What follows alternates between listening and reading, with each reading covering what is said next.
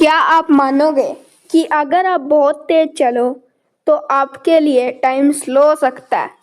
मतलब आपके 1 घंटे में दूसरों के लिए कई घंटे या साल बीत सकते हैं। ये कोई मूवी नहीं है, ये है रियल साइंस जिसे दिया था एल्बर्ट आइंस्टाइन ने।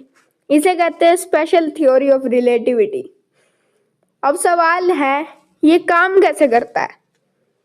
आइंस्टाइन ने कहा था कि इस यूनिवर्स में एक चीज हमेशा कांस्टेंट रहती है और वो है लाइट की स्पीड।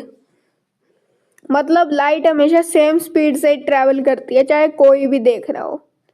अब यहीं से शुरू होते हैं सबसे इंटरेस्टिंग पार्ट।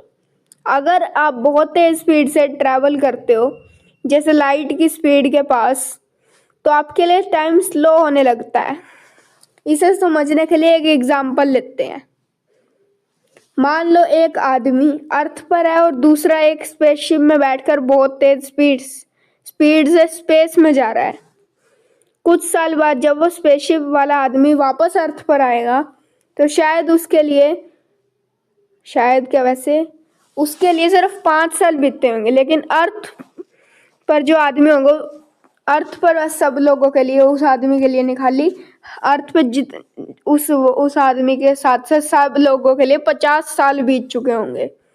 मतलब उसके लिए टाइम स्लो चला और इसे ही कहते हैं टाइम डायलेशन। और ये कोई इमेजिनेशन नहीं है, साइंटिस्ट ने इसे रियल लाइफ में ऑब्जर्व भी किया है। एस्ट्रोनॉट जो स्पेस में जाते हैं उनके लिए टाइम अर्थ के लोगों से थोड़ा स्लो चलता है।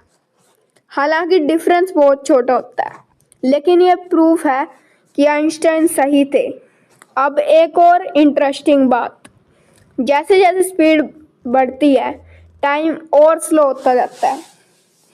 और अगर कोई लाइट की स्पीड तक पहुंच जाए तो उसके लिए टाइम ऑलमोस्ट रुक सकता है। लेकिन प्रॉब्लम ये है, कोई भी ऑब्जेक्ट लाइट की स्पीड तक पहुंच नहीं सकता क्योंकि उसके लिए इन्फिनिट एनर्जी चाहिए। इसलिए ये प्रैक्टिकली पॉसिबल नहीं है अभी। लेकिन इसका मतलब ये है कि फ्यूचर में जाना थियोरेटिकली पॉसिबल भी है।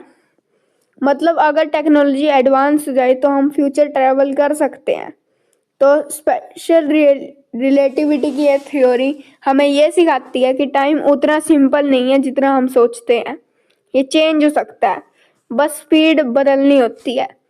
लेकिन तुम बताओ, अगर तुम्हें मौका मिले फ्यूचर में जाने का तो तुम कितने साल आगे जाना चाहोगे।